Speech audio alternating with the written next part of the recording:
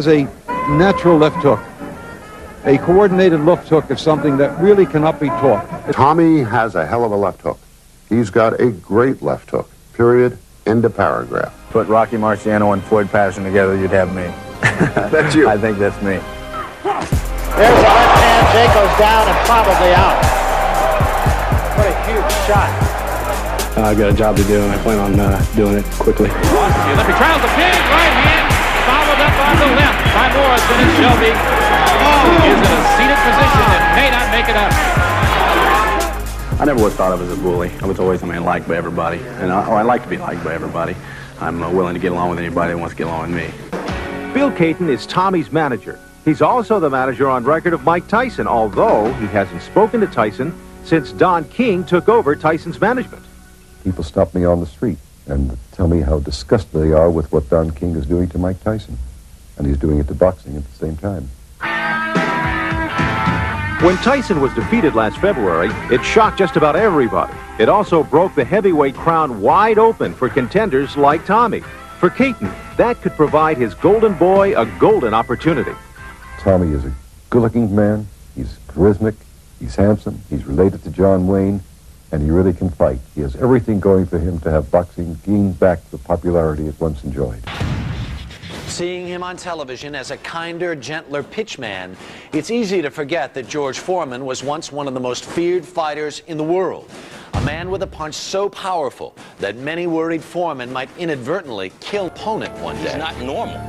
He was never normal. Frazier has never taken this kind of punishment. And it goes down at the bell. When he hit Joe Frazier, I thought the world was coming to an end.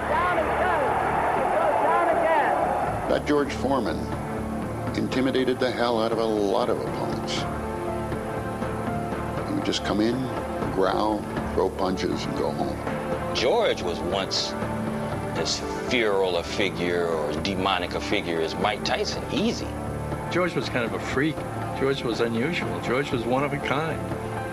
If you could survive 1 or 2 rounds with me, which would be a lot of pain and probably a lot of heartbreak in your life, because not only could I hurt you for those few rounds, 2 or 3 rounds in my previous career, I could really do damage to your body physically and your brain. This fight is a chance, it's a fight that's going to catapult me to the top of the rankings. It's going to make me basically a household name. And it's going to make people take me as a real fighter, a real contender instead of a pretender.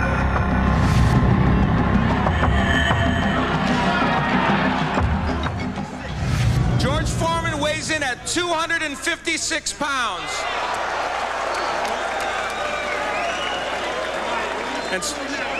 And so they are ready for the WBO heavyweight championship match. But you do look fit for this fight, and you've worked very hard for this bout.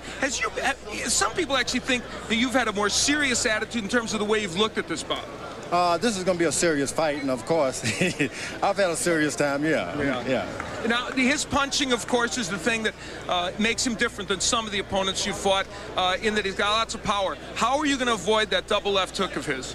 Oh, I don't know. I've been in the ring with a lot of double hookers before. One or two. Probably, yeah. The frightening moment I had was when I had to face Joe Frazier, who had a left hook, was really a murderous hook, and I was scared then. I'm only frightened this time. It's been a promotion. There's been a lot of tickets to sell, but when does all the fun and games stop? Well, the fun and games stopped for me about a little over 8.5 weeks ago. Once we went into camp, obviously, we had to go to New Orleans and do the cable thing, and it was a pleasure. I think we both had fun with it. We both gave each other our space. But George is a great guy. He's a class act. I like to consider myself on that same level.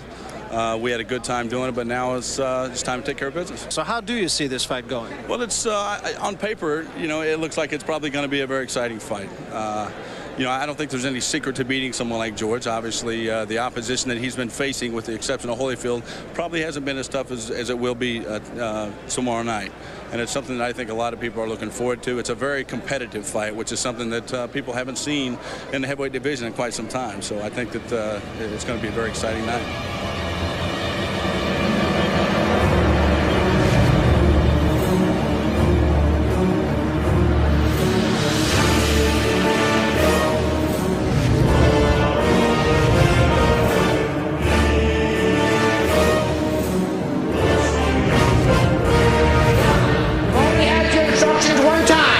For the championship of the world.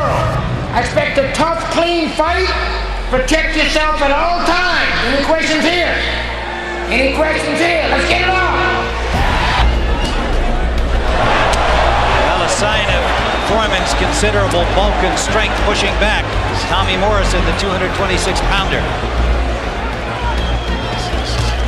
Good right hand by Morrison.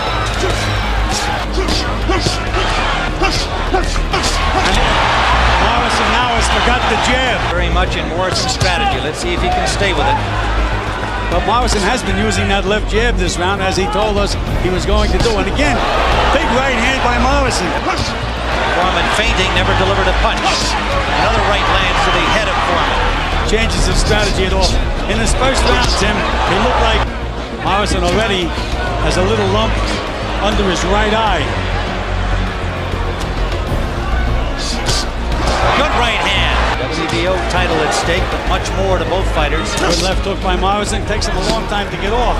He said, so I'm gonna get off first and beat him to the punch. I'm having everything my own way. Here's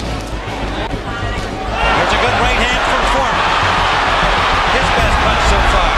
Using that left jab as he told us he was going to do, and forgot about it at the end of the last round. And it just seems George's strategy is going to be to try to wear Morrison out. Or the tightness that he seemed to bring into the ring the first round and a half. Roundhouse left by Foreman. He did not land it solidly. A low blow by Morrison. He got away with the right hand. Counter punch, and does it again with a good jab. Now a short right inside from Foreman. Morrison punching back. It's opening up here in the fourth. Morrison back to the jab. Foreman lands the overhand right. Morrison missed with his. Short right from Foreman. To Morrison's credit, each time he's taken that right hand, he's thrown one back of his own.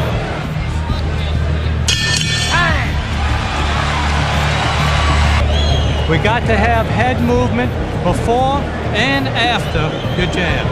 Before and after. Low blow from Foreman and a good left hook by Morrison. Two good left hooks by Tommy Morrison, and George didn't move. Those were Morrison's best two punches of the fight.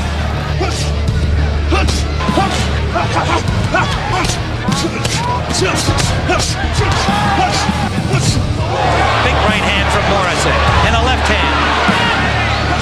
And another left. The uppercut scored. He can't seem to move Foreman back, but how much can the old man take? He lands a right of his own. Combination from Foreman, not a lot on it. Missed with the right, and another right hand from Morrison scored.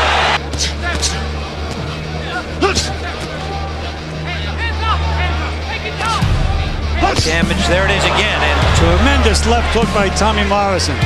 Believe me, good right hand by Foreman. Another right hand by Foreman. And Morrison answers back. Yes, he did. He answered back with a good combination. Banging to the body is Morrison, but a good right hand from Foreman. And a left from Foreman that landed. When Morrison can move Foreman backward, that's when you can see that he's taking over the fight, and he has not been able to do that. No matter what he does, George just keeps coming. He did not take the full 5 minutes he could have. Good left hook to the body by Morrison. And another good left hook landing. He swept from the brow of Foreman into the seats. Another right hand by Morrison. Foreman, a good combination, and he's getting some chance from Tommy. Tommy in the crowd. Never threw a punch. And there it takes a short shot off the clinch, and Lane gives him a warning. Well, I have Morrison 3 points ahead, Tim, so if Foreman could win the last 2 or 3 rounds, would have a very interesting score. But he landed a good left hand, but just grazed Morrison with the right behind it. Morrison trying to keep his feet under him. And a good left by Foreman. That blocked Morrison. Morrison comes back with the right of his own. Big left hook off the clinch again. Morrison's done that well throughout the fight. And Morrison... Good left hook. Good left hook by Foreman. It was a good left hook, but I don't think as punishing as it appeared. It didn't repair it well. And he calls time with 11 seconds left, but they keep fighting. And Mills Lane lets them fight. All right, hey, move it. Time. He's calling time again. And the bell sounds, ending the fight. It really doesn't matter. It is moot. And no doubt some of those will be saying, well, if he won, if he wins this, he should have been able to stop the old man. But we saw how tough, how strong George Foreman still is at age 44. What a competitor he is, Tim. He almost never wants to face defeat. Dalby Shirley and Patricia Jarman both score the bout 117 to 110. Jerry Roth scores the bout 118 to 109 for the winner and new champion, Tommy the Duke Morrison.